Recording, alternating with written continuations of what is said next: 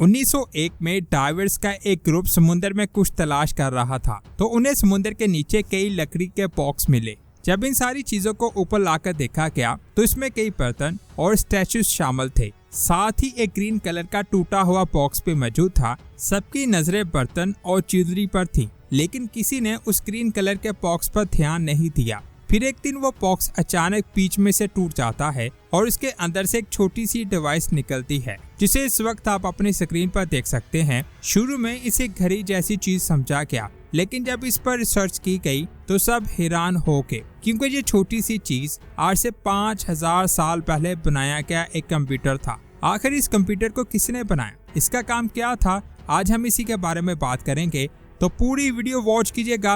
और आप देख रहे हैं स्पेस वर्ल्ड। 17 मई 1902 के दिन, जिस वक्त वो ग्रीन बॉक्स टूटा और उसके अंदर से वो डिवाइस बाहर निकल कर जमीन पर गिरी, तो एक आर्कियोलॉजिस्ट ने इस डिवाइस पर बने मुख्तलिफ गेयर्स को देखा और सोचा शायद ये एक एस्ट्रोनॉमिकल डिवाइस है। एस्ट्रोनॉमिकल डिवाइस ऐसी एनालॉग घड़ियां होती हैं जो एक नॉर्मल वॉच की तरह हरकत करते हुए सितारों और स्टार्स की लोकेशन को मॉनिटर करने का काम करती थी। यानी उस साइंसदान के मुताबिक इस डिवाइस से ये पता लगाया जाता था कि आने वाले वक्त में चांद, सूरज और जमीन की पोजीशन क्या होगी। जब इस बात को उसने लोगों को बताया तो उस वक्त किसी ने भी इस बात पर यकीन नहीं किया। लोग सोच रहे थे कि आज से इतने साल पहले ऐसी डिवाइस कौन बना सकता है। इसके बाद एक जर्मन साइंसदान अल्बर्ट ने इस डिवाइस को स्टडी किया और कहा कि ये किसी तरह का क्लॉक या नॉर्मल डिवाइस नहीं है, बल्कि ऐसी डिवाइस थी जो सूरज, चांद और जमीन की पोजीशन को मॉनिटर करती थी।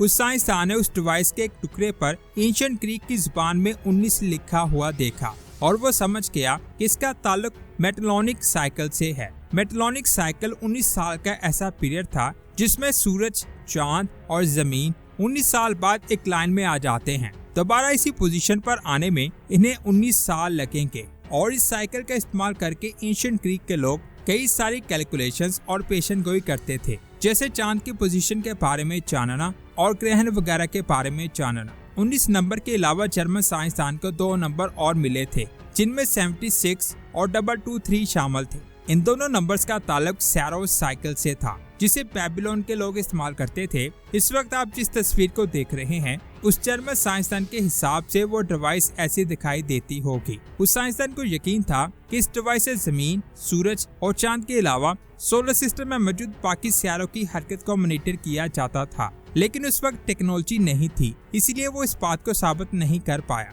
फिर कई सालों के बाद 1954 में एक ब्रिटिश साइंसदान सोलर प्राइस की नजर इस डिवाइस पर पड़ी। उसने डिटेल से इस मशीन को स्टडी करना शुरू किया। ये डिवाइस बहुत ज्यादा पुरानी थी और वक्त गुजरने के साथ साथ ये टूट रही थी। थोड़ा थोड़ा टूटते हुए इस डिवाइस के 82 टुकड़े हो चुके थे, जिनको डेरिक प्राइस ने 20 साल तक स्टडी किया और फिर 1974 में उसने एक रिसर्च पेपर पब्लिश किया, जिसमें इसके गियर को डिटेल से एक्सप्लेन किया गया था कि कौन सा गियर क्या काम करता था। उन सभी गियर में एक गियर 19 साल के साइकिल को कैलकुलेट करता था, जिसके बारे में जर्मन साइंसदान ने बताया था। यानी साइंसदान के मुताबिक भी ये डिवाइस सूरज, चांद और जमीन की डायरेक्शन को मॉनिटर करती थी। डेरिक ने इसका एक मॉडल बनाया था, जिसे आप स्क्रीन पर देख सकते हैं। एंशिएंट ग्रीक के मुताबिक सूरज, चांद और सोलर सिस्टम में मौजूद बाकी सभी सितारे जमीन के गिर्द ऑर्बिट करते थे। वक्त गुजरने के साथ साथ जैसे जैसे इंसान ने तरक्की की, एक्सरे मशीन भी एडवांस होती गई और इस मशीन के सभी गियर्स का 3D मॉडल बनता गया और फिर इस डिवाइस का ये मॉडल बनाया गया, जिसे आप स्क्रीन पर देख सकते हैं।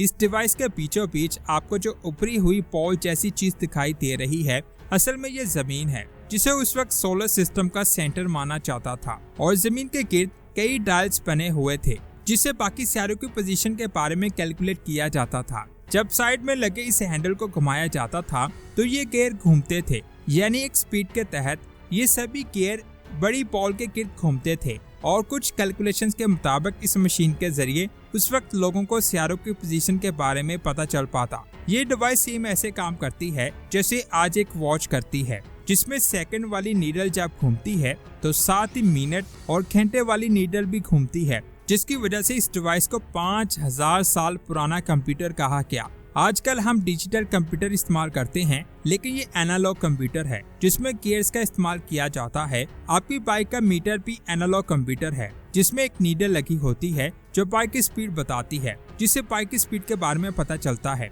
जितनी ज्यादा स्पीड होगी नीडल उतना बड़ा नंबर बताएगी। ठीक उसी तरह ये डिवाइस भी काम करती है। इस डिवाइस को खास तौर पर चांद की पोजीशन के बारे में जानने के लिए इस्तेमाल किया जाता था और इसे एक शिप के ऊपर लगाया जाता था। असल में चांद की ग्रेविटी से समुद्र में लहरें एक स्टेबल रफ्तार से चलती हैं और तूफान आते हैं। जब चांद समुद्र के करीब होता है तो तूफान आने का खतरा ज्यादा होता है, जिसकी वजह से तूफान में समुद्र के अंदर सफर करना बहुत ज्यादा मुश्किल हो जाता है। बाज़ औक़ात मौसम ठीक होता है, लेकिन सफर के दौरान भी तूफान आ जाता, जिससे उस वक्त लोगों का जानी और माली बहुत ज्यादा नुकसान होता था। और जब चांद थोड़ा दूर होता तो तूफान आने का खतरा कम होता। इसलिए चांद की पोजीशन के बारे में जानने के लिए हजारों साल पहले इस डिवाइस को बनाया गया, ताकि जब चांद जमीन से थोड़ा दूर हो तब समुद्र में सफर किया जाए और जब करीब हो तब सफर ना किया जाए। और ये वो वक्त था जब टेक्नोलॉजी नाम की कोई चीज मौजूद नहीं थी,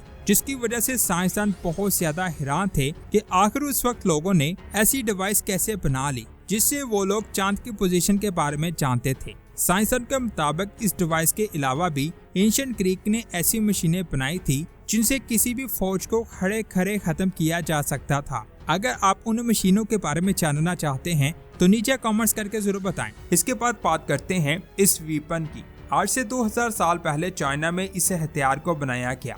उस दौर में ये हथियार इतना ज्यादा पावरफुल था कि इसे आज AK-47 से कंपेयर किया जाता है, क्योंकि इसे उतनी रफ्तार से फायर होता है जितनी रफ्तार से आज AK-47 से होता है। उस वक्त इस हथियार से किसी भी फौज को हराना बहुत ज्यादा आसान था और इसको चलाना भी बहुत ज्यादा आसान था। इसकी रफ्तार इतनी ज्यादा थी कि इसके सामने बड़ी से बड़ी फौज भी नहीं टिक पाती। इस हथियार से 15 से 20 सेकंड्स में 7 से 10 फायर किए जा सकते थे। इसे जब मौजूदा राइफल के साथ कंपेयर किया गया तो इसने राइफल से पहले 5 बार फायर कर दिए। इस हथियार को आखिरी बार 19वीं सदी में इस्तेमाल किया गया और ये वाकई में कमाल की एंशिएंट टेक्नोलॉजी थी। इसके बाद बात करते हैं बहुत बड़े इंसानी ढांचे की। नवंबर 2017 में साइंसदानों की एक टीम थाईलैंड में मौजूद कराबी की एक केव के अंदर रिसर्च कर रही थी तो उनको कुछ इंसानी हड्डियां नजर आईं। उन्होंने सोचा शायद यहाँ मजीद इंसानी हड्डियां हो सकती हैं। इसलिए जब उन्होंने मजीद खुदाई की तो उनको एक बहुत बड़ा इंसानी ढांचा मिला